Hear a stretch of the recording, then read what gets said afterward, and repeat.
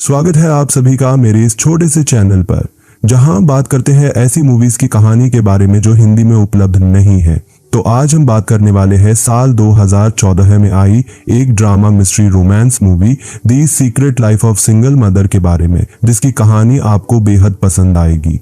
कहानी की शुरुआत शीना नाम की एक औरत से होती है जो फोन पर किसी आदमी से बात कर रही थी। वो कहती है, सर मैं आपकी गुलाम हूँ और आप जो भी कहोगे वो मैं करूंगी। तभी उसका बेटा टोबी वहां आता है। शीना टोबी को बताती है कि वो बस अपना काम कर रही है। अब यहाँ से कहानी 2 महीने पहले के देखते हैं, जहाँ शीना अपने घर में काम कर रही है। उसे अपने पति रिचर्ड का फोन आता है। वो कहता है कि मुझे काम की वजह से कुछ दिन यहीं रुकना पड़ेगा। इस पर शीना कहती है ठीक है। उसी रात शीना को किसी लड़की का फोन आता है और वो लड़की उससे रिचर्ड के बारे में पूछती है, लेकिन जब शीना बताती है कि वो रिचर्ड की पत्नी है तो वो लड़की तुरंत फोन काटती है। अब शीना इससे बहुत परेशान हो गई थी और उसे अपने पति पर कुछ शक भी होने लगा था। वो तुरंत उसी नंबर पर कॉल करती है तो वो नंबर किसी बारटेंडर का था। वो शीना को बताता है कि कुछ देर पहले किसी नताशा नाम की लड़की ने मेरे फोन से आपको कॉल किया था। अब शीना गुस्से में रिचर्ड को कॉल करके नताशा के बारे में पूछती है। रिचर्ड कहता है कि वो अब घर आ रहा है और घर आने पर वो सब कुछ समझा देगा। लेकिन अगले दिन रिचर्ड इस सब के लिए शीना को ही जिम्मेदार ठहराता है। वो कहता है कि अगर शीना पहले से ही उस पर सही से ध्यान देती और उसकी जो भी शारीरिक जरूरतें हैं उसे पूरा करने के बारे में सोचती तो वो किसी दूसरी औरत से नहीं मिलता। अब शीना रिचर्ड की इन बातों को समझती है और उसे माफ करती है। अगले दिन शीना अपनी एक दोस्त मिया से मिलती है और उसे बताती है कि कई दिनों से उसे अपनी कमर में दर्द हो रहा है।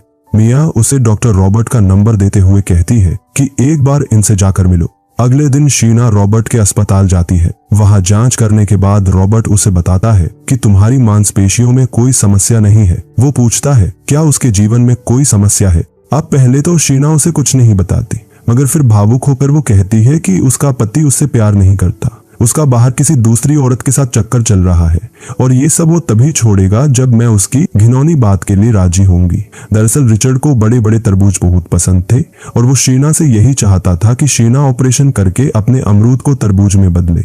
अब ये सुनकर रॉबर्ट उससे कहता है कि तुम्हारा पति तुमसे सच में प्यार नहीं करता। प्यार का मतलब सिर्फ शारीरिक रूप से आकर्षक होना नहीं, बल्कि अपनी पत्नी की रजामंदी का सम्मान करना है। रॉबर्ट की ये बात शीना को बहुत पसंद आती है और वो तुरंत उस पर मोहित हो जाती है। जिसके बाद घर आने पर भी शीना सिर्फ रॉबर्ट के बारे में ही सोचती रहती। एक दिन रॉबर्ट शीना के शरीर की जांच करके उसे बताता है कि अब वो पूरी तरह से ठीक है। अब यहाँ रॉबर्ट को भी पता था कि शीना उसे पसंद करने लगी है। वो शीना के पास आने की कोशिश करता है तो शीना भी उसे नहीं रोकती, लेकिन जब रॉबर्ट उसे चूमता है तो शीना उसे रोकती है। रॉबर्ट उसे कहता है कि इसमें कुछ भी गलत नहीं है। जिसके बाद अस्पताल में ही दोनों अपना जंगी कार्यक्रम शुरू करते हैं। अब उस पल के बाद दोनों ही अक्सर होटल में क्रम का आरंभ होता। एक दिन शीना अपनी दोस्त मॉली को उसके डॉक्टर रॉबर्ट के साथ चल रहे रिश्ते के बारे में बताती है। वो कहती है कि रॉबर्ट के साथ वो काफी खुश है, तो जल्द ही वो अपने पति रिचर्ड से तलाक ले लेगी। उसी रात रिचर्ड शीना को बताता है कि उसे एक अच्छा डॉक्टर मिल गया है जो अच्छे से उसका ऑपरेशन करेगा, लेकिन वो कहती है उसे ये सब नहीं करवाना,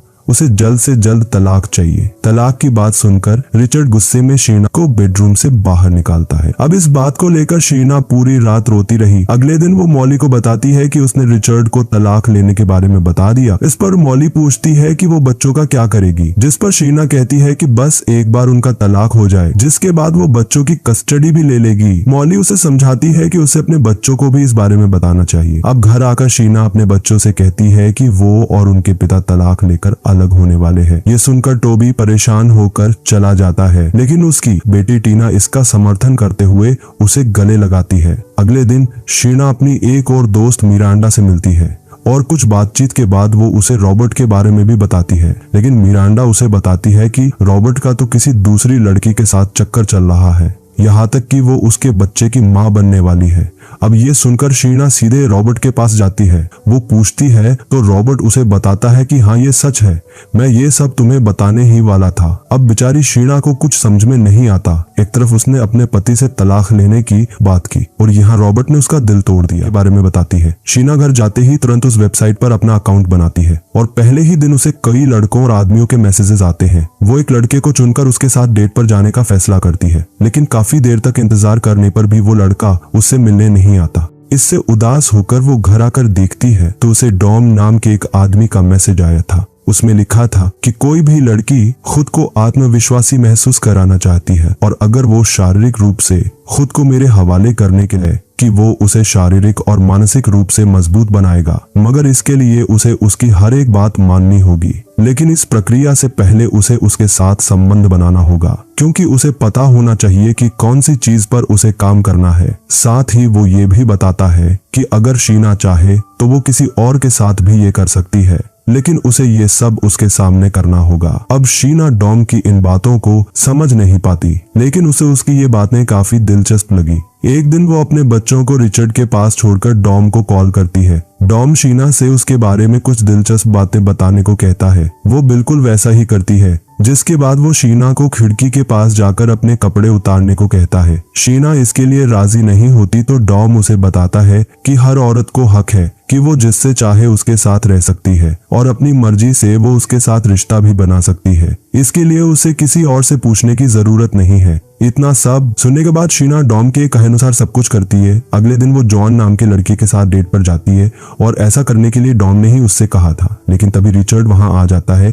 ये सब देखकर वो शीना से कहता है कि वो इस बारे में उससे कल बात करेगा। अगले दिन रिचर्ड शीना से पूछता है कि क्या वो घर को अजनबियों से भरना चाहती है और उसकी इन हरकतों का बच्चों पर क्या असर होगा। अब इस बात पर शीना कहती है कि मैं किसी और से मिल रही हूँ, इसका एक अच्छी माँ होने से कोई लेना देना नहीं है। वो जानती है उसके बच्चों के लिए क्या सही है और क्या गलत। जिसके बाद वो डॉम को कॉल करती है और उसे बताती है कि वो उससे मिलना चाहती है। डॉम कहता है ठीक है, वो उसे अपनी तस्वीरें भेजेगा। फिर डॉम के कहने पर शीना जॉन के साथ एक क्लब में जाती है। वहां पर दोनों ही एक साथ खूब मस्ती करते हैं और वहां से एक कमरे में जाने पर दोनों के बीच जंगी कार्यक्रम शुरू हो जाता है। अब एक दिन जॉन शीना से कहता है कि वो उसके और उनके बच्चों के साथ बाहर एक ट्रिप पर जाना चाहता है, लेकिन शीना नहीं मानती क्योंकि वो पहले उसके बारे में और जानना चाहती है और उसके बाद ही वो अपने बच्चों से उसे मिलवाएगी करने लगी और वो जल्द से जल्द उससे मिलना चाहती है। शीना ये बात मॉली को बताती है और फिर रिचर्ड से झूठ कहती है कि वो किसी काम के लिए बाहर जा रही है, लेकिन उस समय डॉम घर पर नहीं था। वो कॉल करती है तो डॉम कहता है कि वो उसके लिए एक ड्रेस लेने आया है और जब डॉम घर आता है तो अपना लाया हुआ ड्रेस देते हुए कहता है कि तुम्हें ये ड्रेस मेरे सामने ही पहनना होगा। शीना बिल्कुल वैसा ही करती है, जिसके बाद डिनर करते समय डॉम उससे कहता है कि रिचर्ड और मैं हम दोनों ही तुम्हें कंट्रोल करते हैं, लेकिन तुम्हें तब अच्छा लगता है जब मैं तुम्हें कंट्रोल करता हूँ। फिर घर आते ही शीना डॉम को बहकाना शुरू करती है।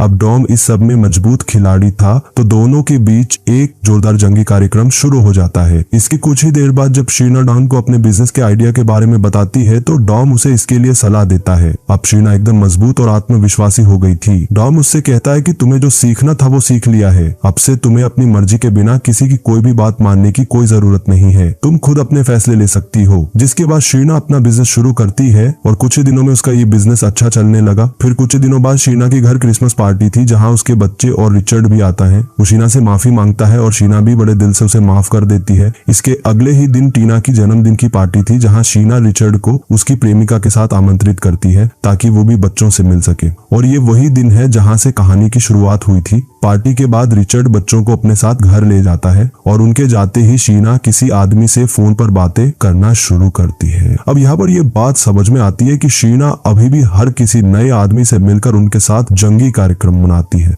और इसी सीन पर ये कहानी यही खत्म होती है। तो कहानी थोड़ी भी पसंद आई हो तो वीडियो को लाइक करके चैनल को सब्सक्राइब जरूर कर देना।